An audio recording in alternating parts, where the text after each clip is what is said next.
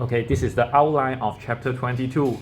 So first we will introduce the concept of the electric field, and then we will calculate the electric field for different cases.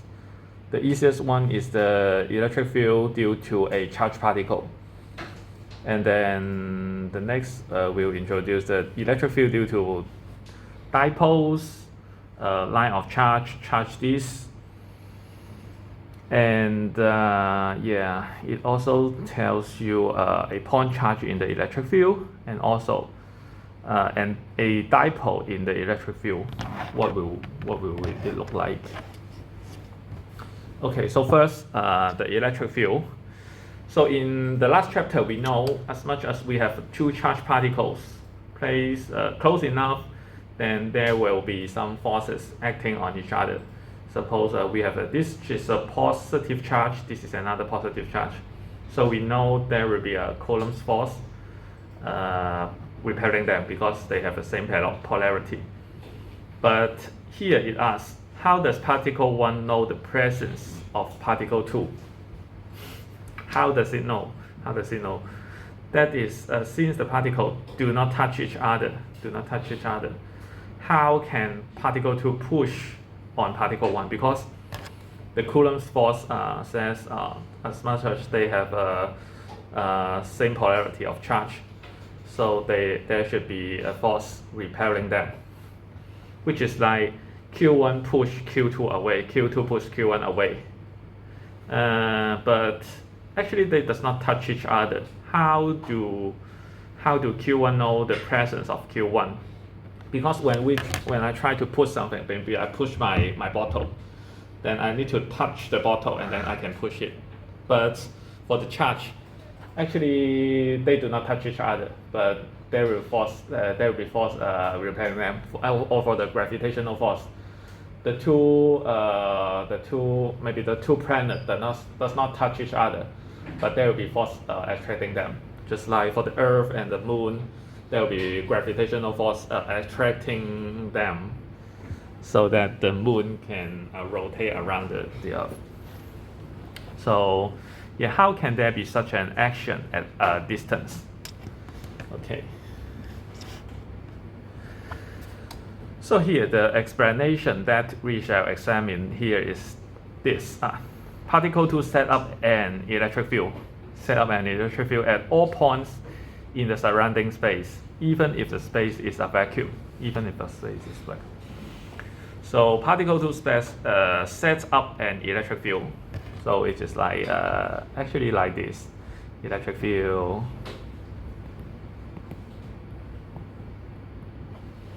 So the Q2 sets up an electric field in the whole space. So Q1 will sense the electric field at this point. Yeah. So particle 2 sets up the field, and then if we place particle 1 at any point in that space, particle 1 knows the presence of particle 2 because it is affected by the electric field particle 2 has already set up at that point. So the Q1 do not know the existence of Q2, but know the E field generated by Q2 at this point only. He does not. This charge does not know the E fields set up by Q2 at, for example, this point or that point. Q1 only knows the electric field at its own point. So thus P2 push on. So we know there will be a E field pointing this way. And as much as this is a positive charge, and then the E field point to this way, and then there will be a force also pointing to this way. Something like that. So thus particle 2 push on particle 1 not by touching it as you would push on the coffee mug by making contact. Instead, particle 2 push by means of the electric field it has set up.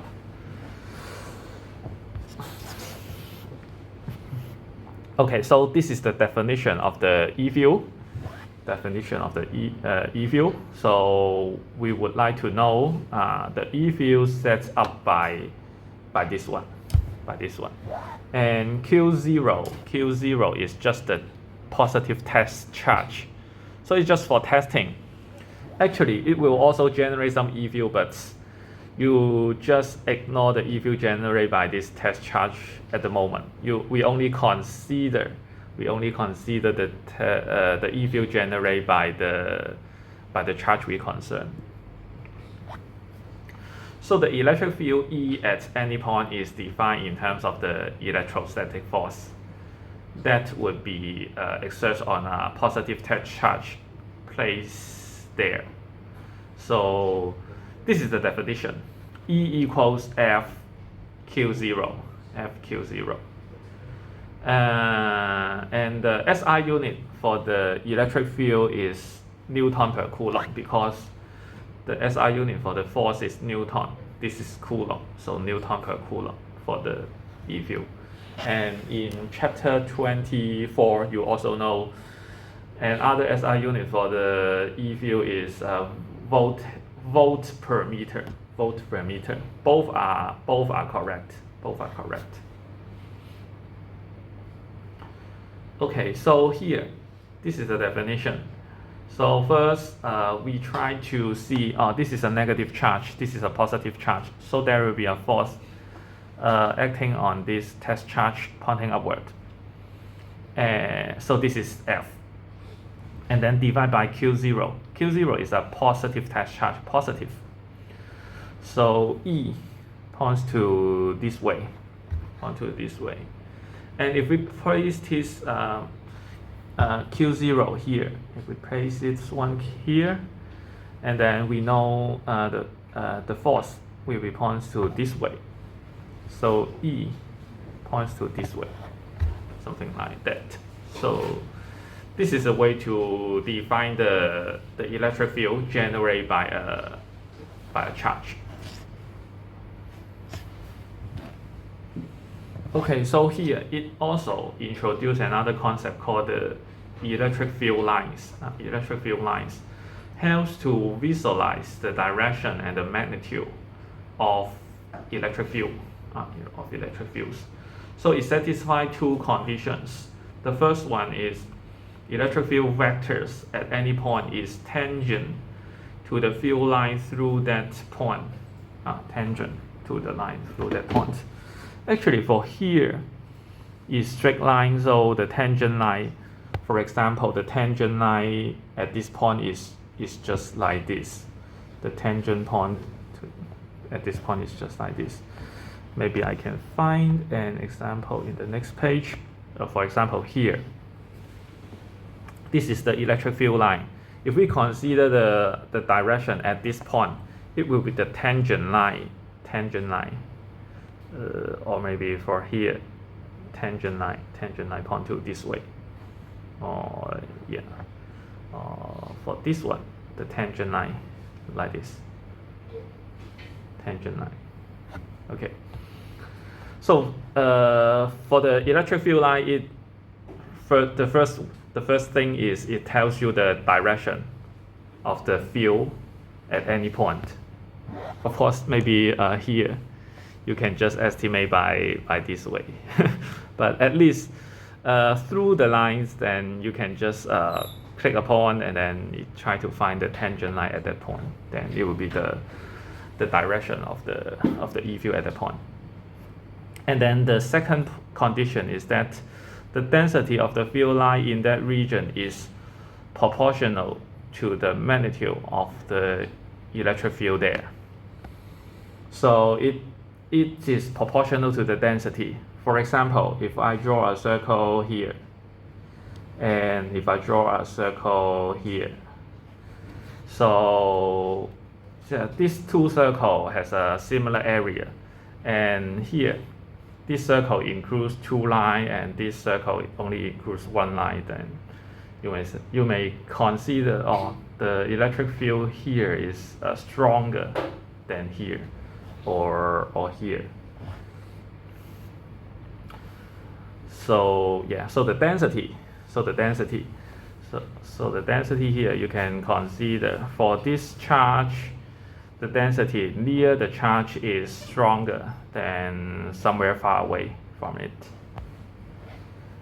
And this is actually the parallel plate, and it is actually generating some E field perpendicular.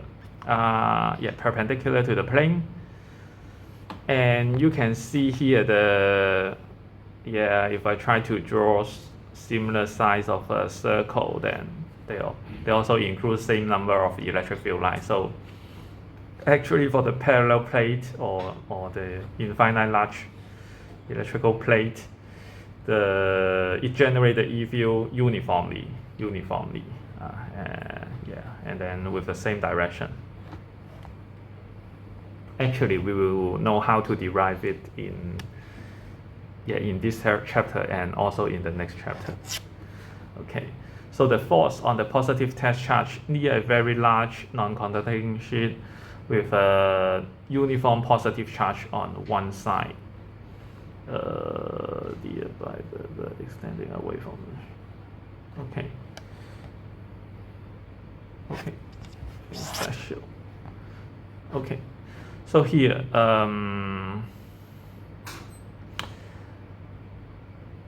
so electric field line extend away from positive charge where they originate and towards negative charge. So this is a highlight. So the electric field line always start from the positive charge, and ends at the negative charge. So in this figure we have positive charge, so all the lines start from the positive charge, this one and this one. And you say, this one doesn't has a negative charge, so which means that the negative charge is at infinite far away.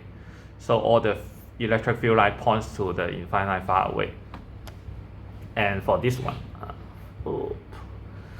one, we only have negative charge, so all the electric field line ends at the negative charge, and the positive charge is infinite far away. So all the electric field lines start from infinite far away, pointing to this negative charge.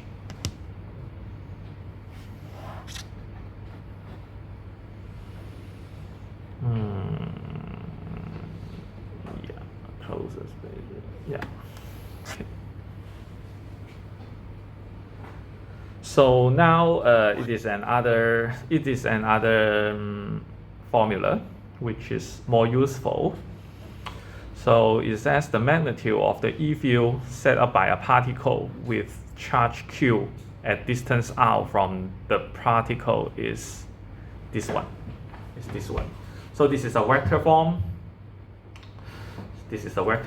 So this is the electric field generated by this charge.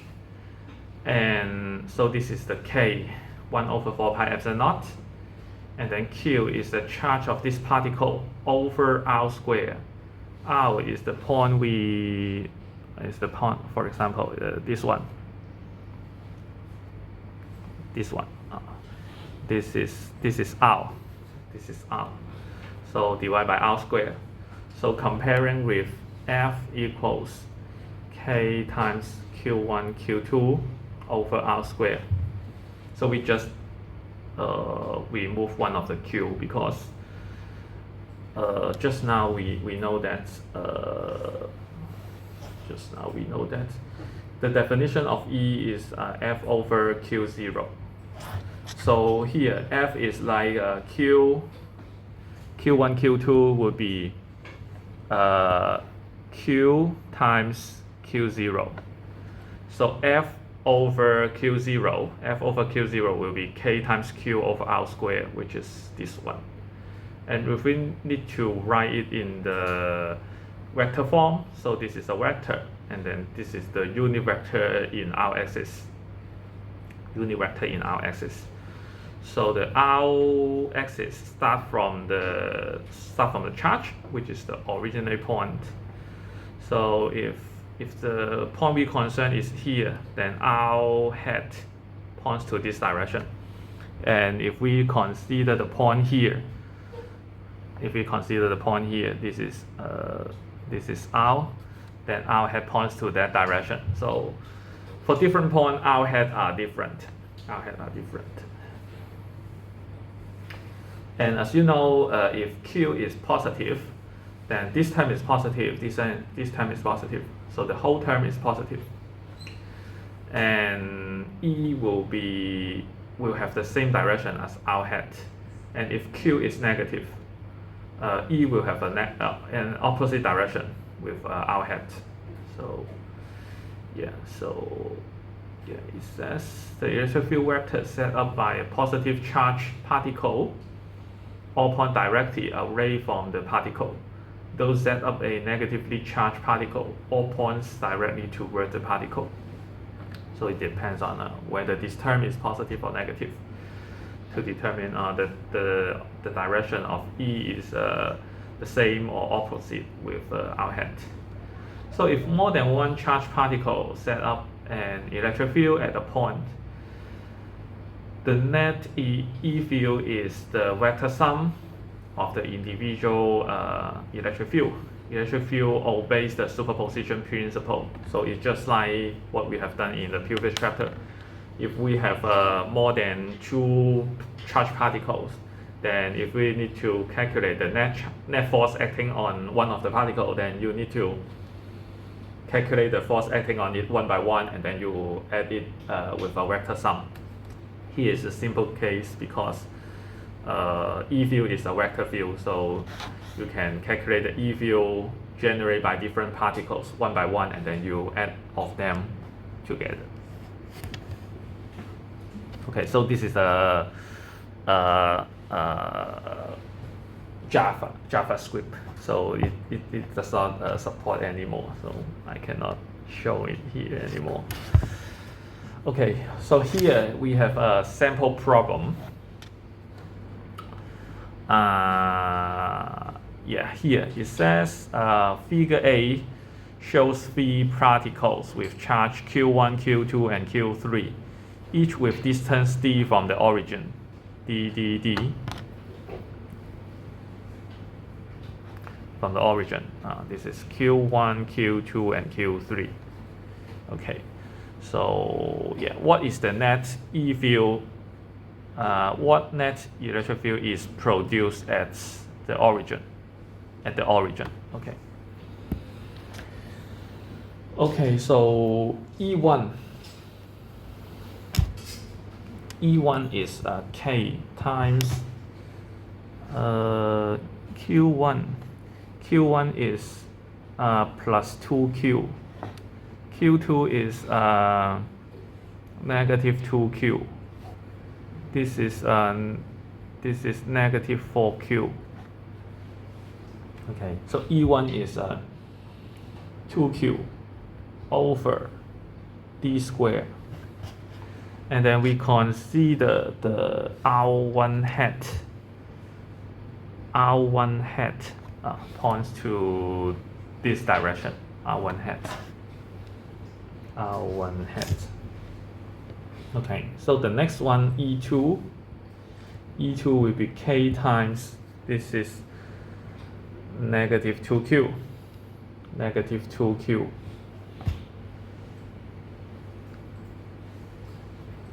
over D squared. And then suppose the R2 hat will point to this direction, which is negative R1 hat, because they point to the opposite sign. So R2 hat is a negative R1 hat. So we have a negative R1 hat. Okay, so we have negative, negative. So it becomes positive K 2Q D square, 2Q over D square times R1 hat. And then for the third one, E3 equals K, and then negative 4Q over D square. And then this one is R3 hat. R3 hat.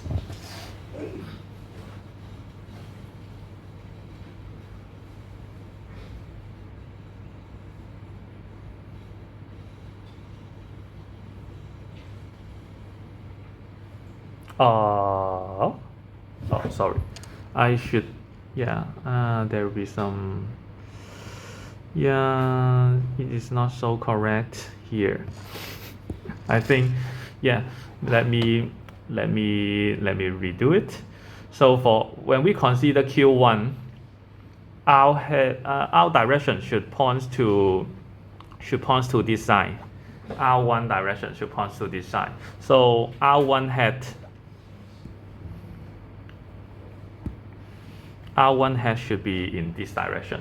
R1 hat should be in this direction because the original point is here.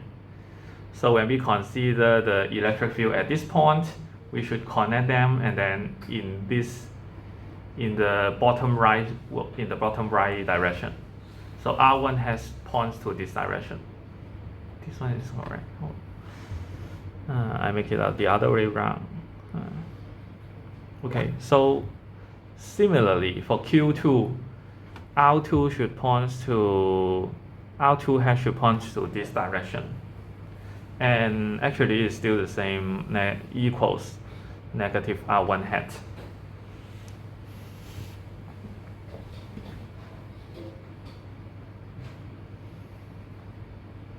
And actually R3 hat should originally point to this way, but actually we can just make it like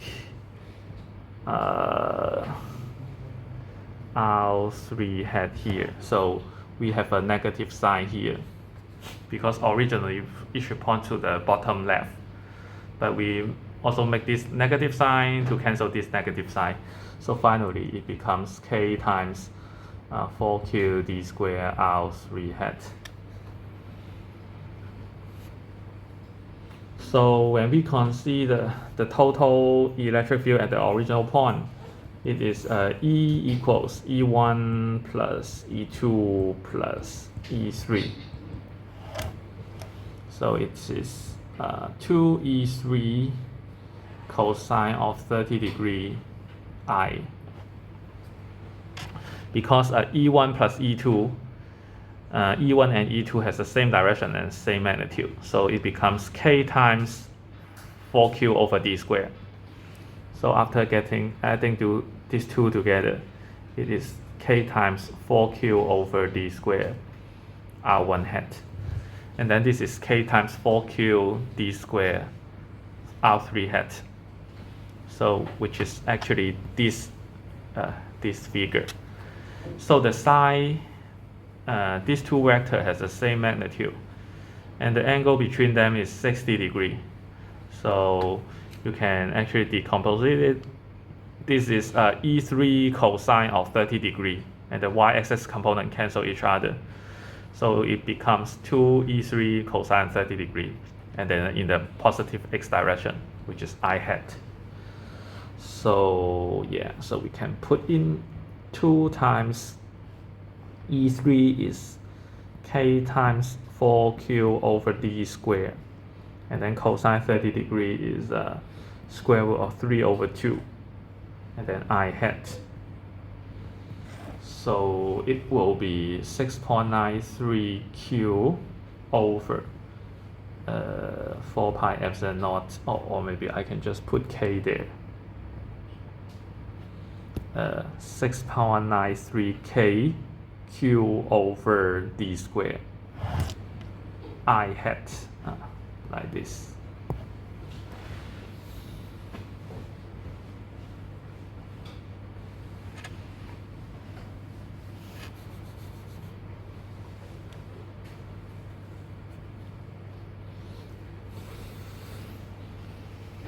So far, any questions?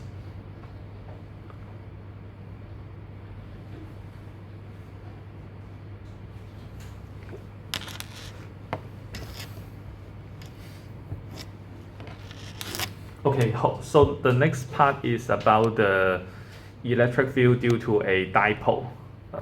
Dipole in Chinese is called 偶极.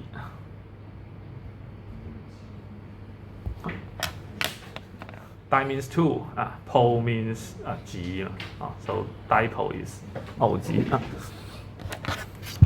Okay, so So actually, electric dipole, what is an electric dipole? It is actually an electric dipole consists of two particles with charges of equal magnitude q but opposite sign, separated by a small distance d. So it is like this. We have a positive charge, we have a negative charge with the same amount but opposite sign, and then they are placing close together.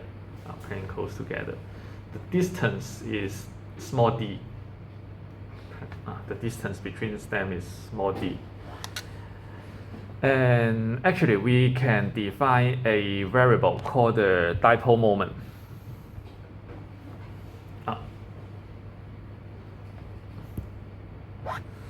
Dipole moment, which is a vector, P equals QD. Q is the charge amount, and then D is the distance vector. The distance vector is defined by this. It starts from the negative sign to the positive sign, and then the direction is in this way, and then the magnitude of this vector is of course the distance between them. So this is a distance vector, and then P equals QD. So it becomes a dipole moment. In Chinese, I think it is called 电偶矩, something like 电偶矩.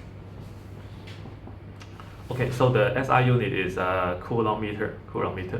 Q has a SI unit of coulomb. Distance has a SI unit of meter. So coulometer here. So you may ask why is these two charge can hold like this? Why not they will just attract each other and then you just swim together and then the charge cancel. So it is like when you learn the chemistry in high school. I suppose you should have known what is H2O. I suppose you should have known water. So for H2O we should have O2 minus, and then we have H plus, something like that. I can't really remember the angle between these two bonds, but actually it is something like that. So actually they will not really shrink together, but actually finally it will look like a dipole. Something like equivalently, it is just like we have a negative charge and a positive charge, like this way. I suppose in high school chemistry you should have learned something called the hydrogen bond or whatever. I don't really remember.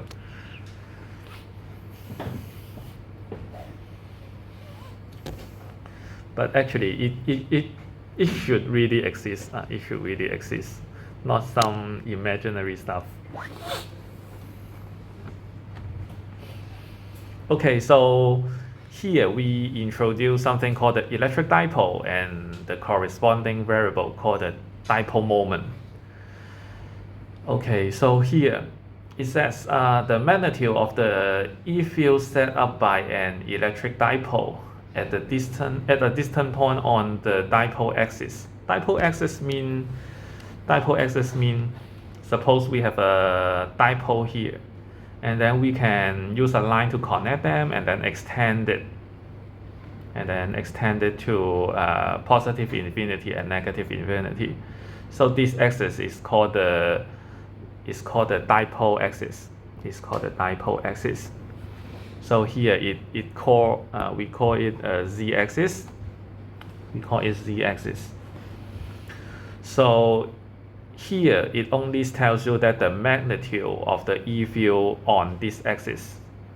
Actually, you can still calculate the E field some place away from this axis, but we don't really have a closed form for it. It looks like very complicated, just like this one. But yeah, similar to this one, but actually this is not a dipole. This is a two positive charge, but similar to this one. It should be something like. Maybe. No, we don't have.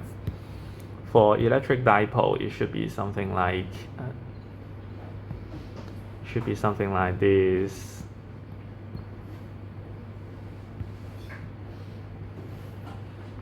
The electric field line should be something like this.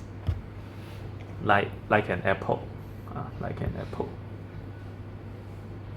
Should be something like that.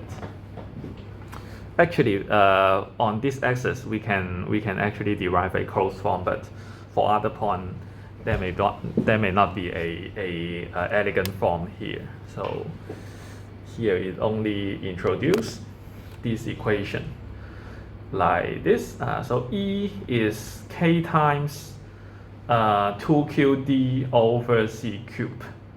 2qd over C cube. Okay, I don't try to cancel these two with this 4 because usually 1 over 4 pi epsilon naught, which is K, which is known as K, is usually appear together. So if I try to cancel this 2 and 4 to make it like 1 over 2 pi epsilon naught, then there may be more chance to make mistakes when you do calculation. You may just forgot this factor of 2 there. So I just keep it as K, and then with another factor of 2 here, so that you will not make mistake easily. So the equation is like this is K, this is 2 QD. QD is actually the dipole moment, so we can also write it as P here. And then this is C cube rather than R square, something like that. Okay, so this is the equation. And also, we here make an assumption that Z, which is the distance of the point, the distance from the point to the center point of the dipole.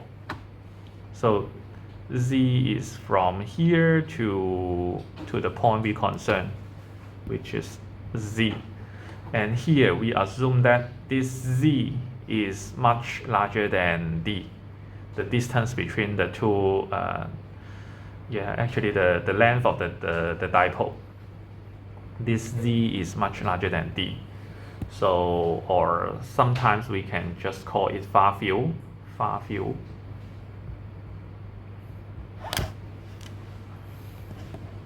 Because this point is far away from this one.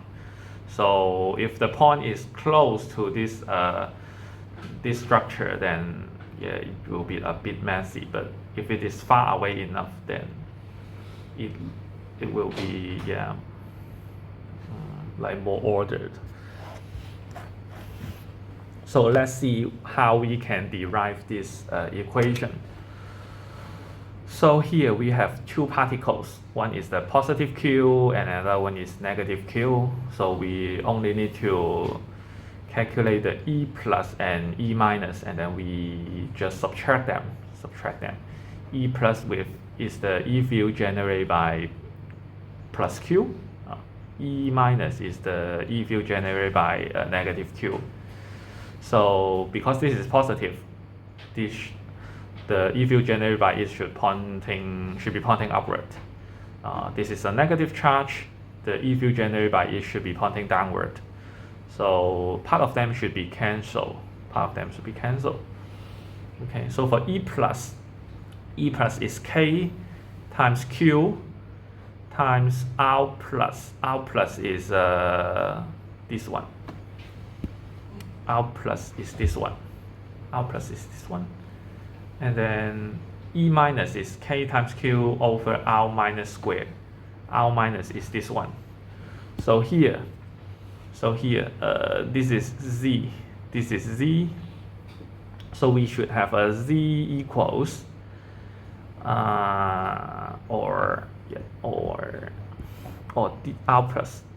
R plus is z minus d over 2, because z is this one, d is here, so this one is half of d, this is also half of d. So r plus is z minus half of d. And similarly, r minus should be z plus half of d. So we can just put this one here, here and here. So we can just factor out kq, so we have kq and then 1 over r plus square minus 1 over minus r minus square. So r plus square is this one, z minus half of d quantity square minus 1 over z plus half of d quantity square, like this. And then we can also factor out z square. So we have z square here, and then here we just divide by z. We just divide by z here.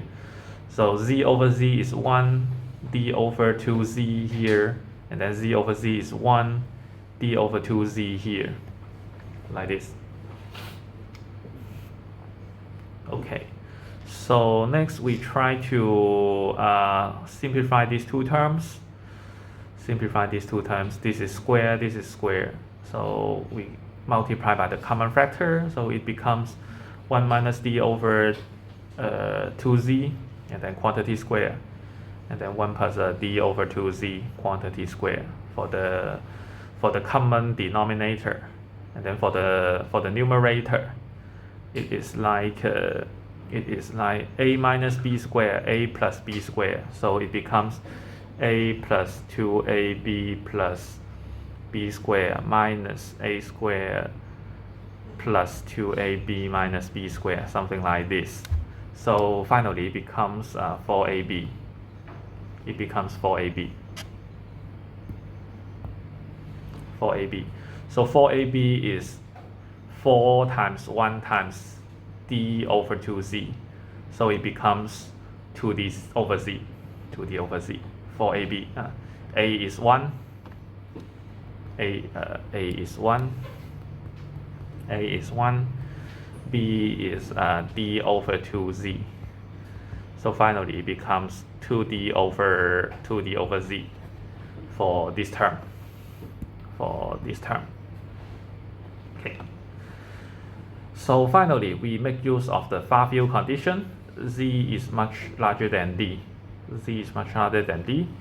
So this term will be tending to 0, and so as this one tending to 0, because z is much larger than d. And so finally we have kq here, 2d, and then over c, and then here is c squared. So altogether we have c cubed.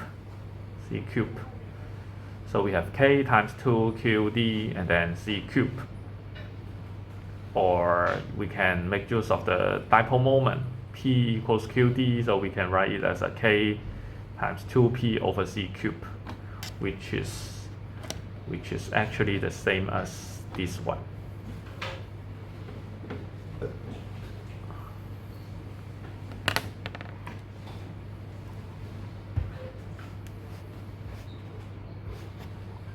Okay, so far any questions?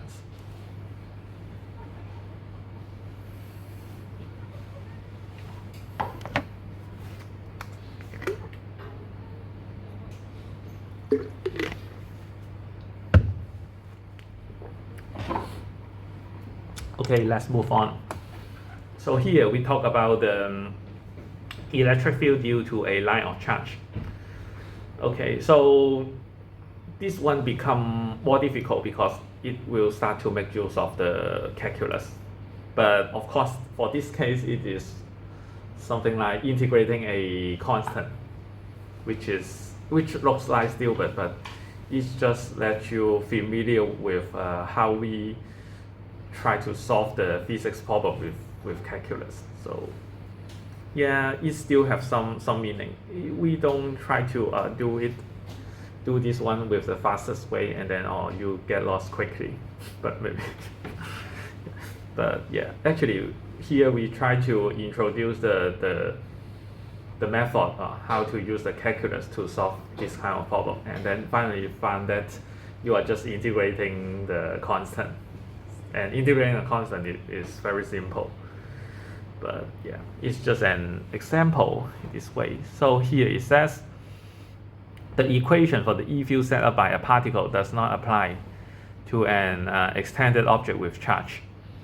Just like the previous case, if you only have discrete charges, then if we need to calculate the E field generated by them, we can just calculate the E field one by one and then finally add them together. But here, if we have a continuous charge distribution, we cannot do this because the charge is continuously distributed. We cannot find, oh, this is one particle, this is another particle. This is continuous. It is hard to count. It is not possible to count the discrete charge. So we need to make use of calculus. So here, to find the electric field of an extended object, we first consider the electric field set up by a charged element, dq. Just like these parts.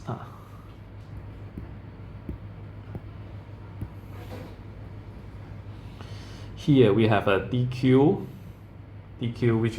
which means a small amount of charge in the object where the element is small enough for us to apply the equation for a particle.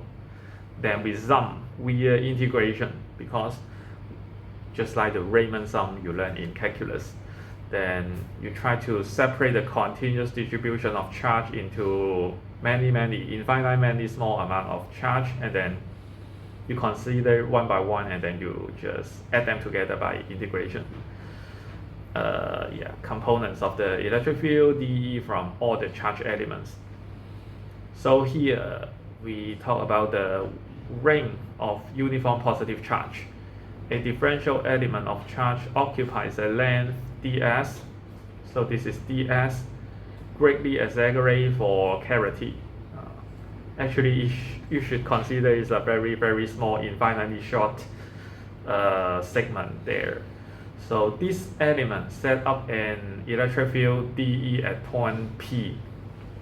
So suppose we have a charge ring. We also consider the electric field on this axis. So this axis is defined by considering the plane of this ring, and then this is the center of this ring. This axis is perpendicular to the plane of the ring. So we also call it z-axis here. So when we consider ds, it has charge dq on it. It will generate the E field at point P in this direction, which is actually not the same as z. It is something like that.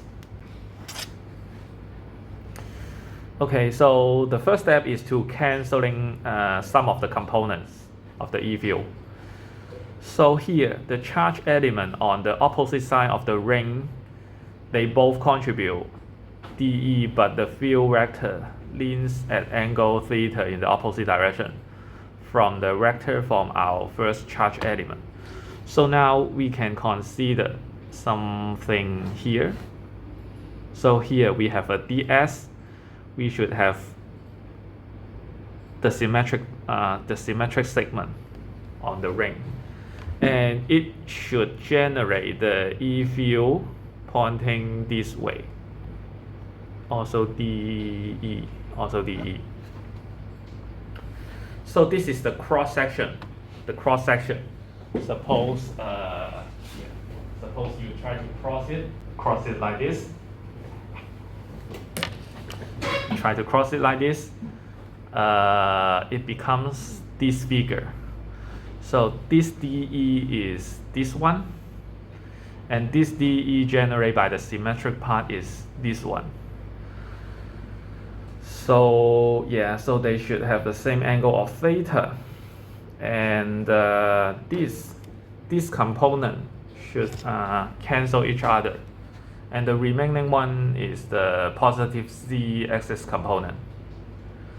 And actually this is theta, so this one is dE cosine of theta, dE cosine of theta. So thus the two perpendicular components cancel all around the ring. This cancel occurs for every charge element. So no matter how you find, for example, for this one, it should have the symmetric part here.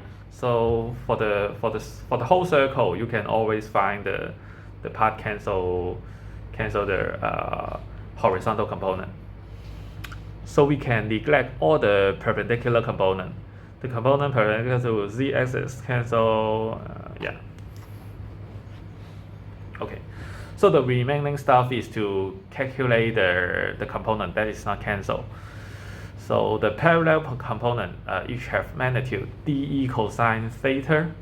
We can replace cosine theta by this stuff, because this is theta, so this is also theta.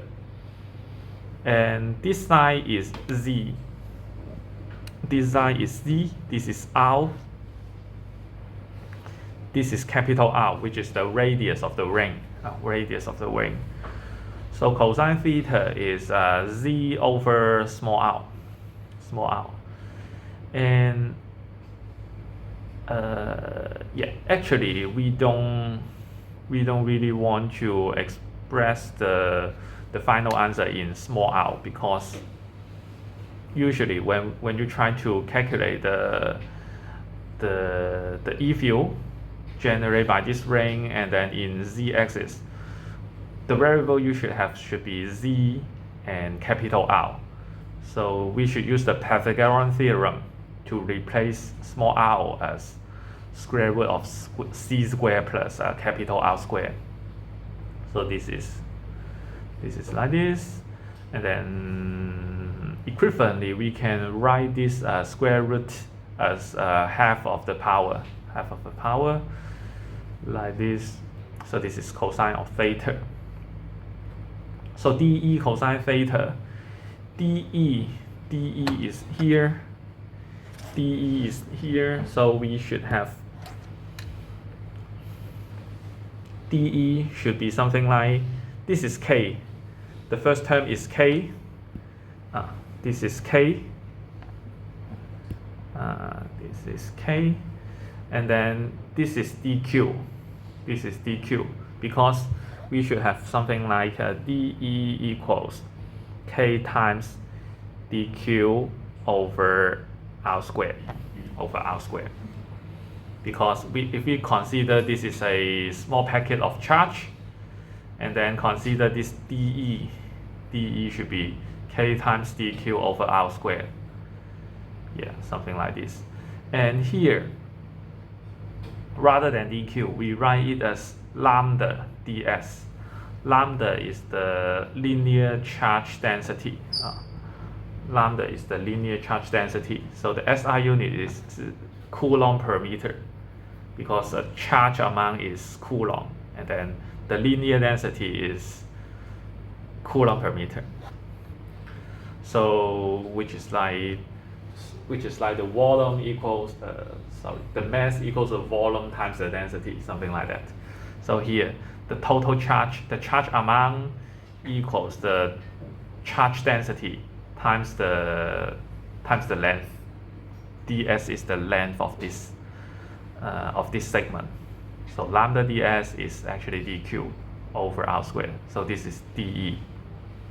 This term is dE. Cosine theta is actually here. Cosine theta. This is cosine theta. So here, so this part is the remaining component pointing in z-axis. And then actually R square is actually this term square. So altogether we should have a z square plus r, capital R square to the 3/2 power. So this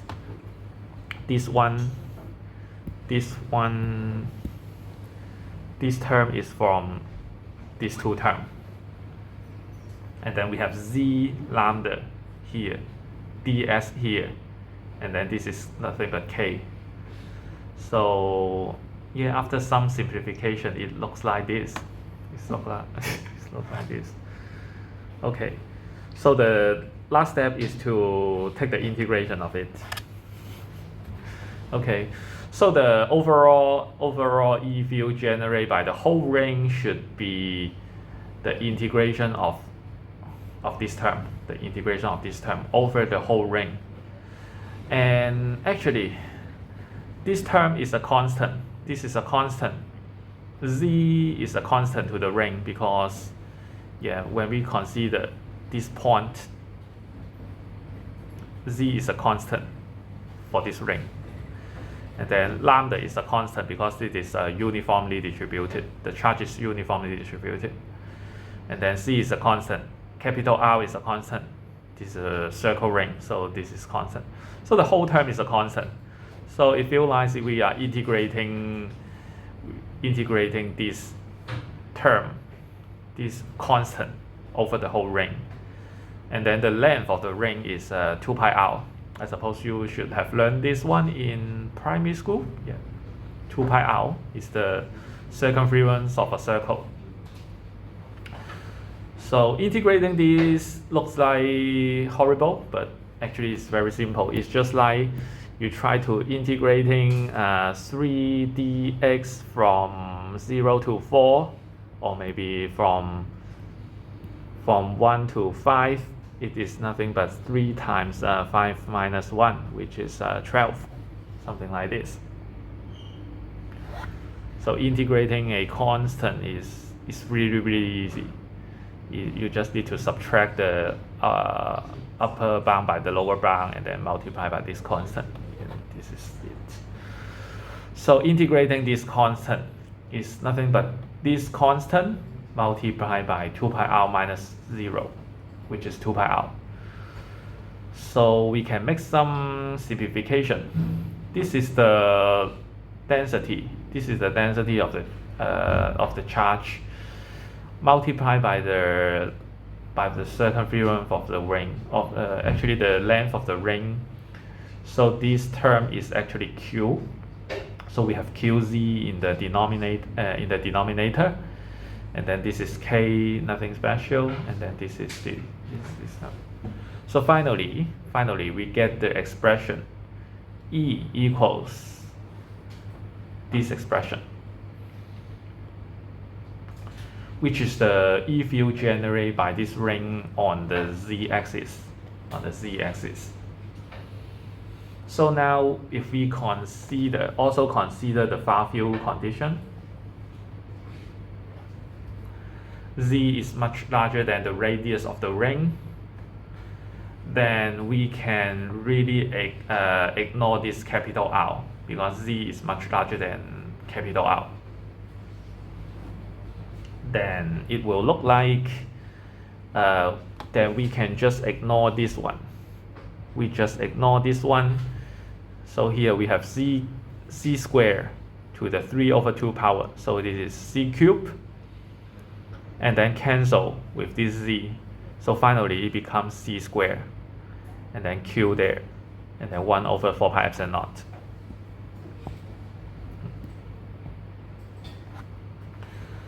So if we consider the far field condition, it looks like what we're familiar with, which is like all the charge are concentrated at the center, and then you consider the E field generated by it. It will be nothing but k times q over c squared, which is the distance between this point and the center point. Okay, so yeah. Okay, so far any questions? If no questions, that's all for today.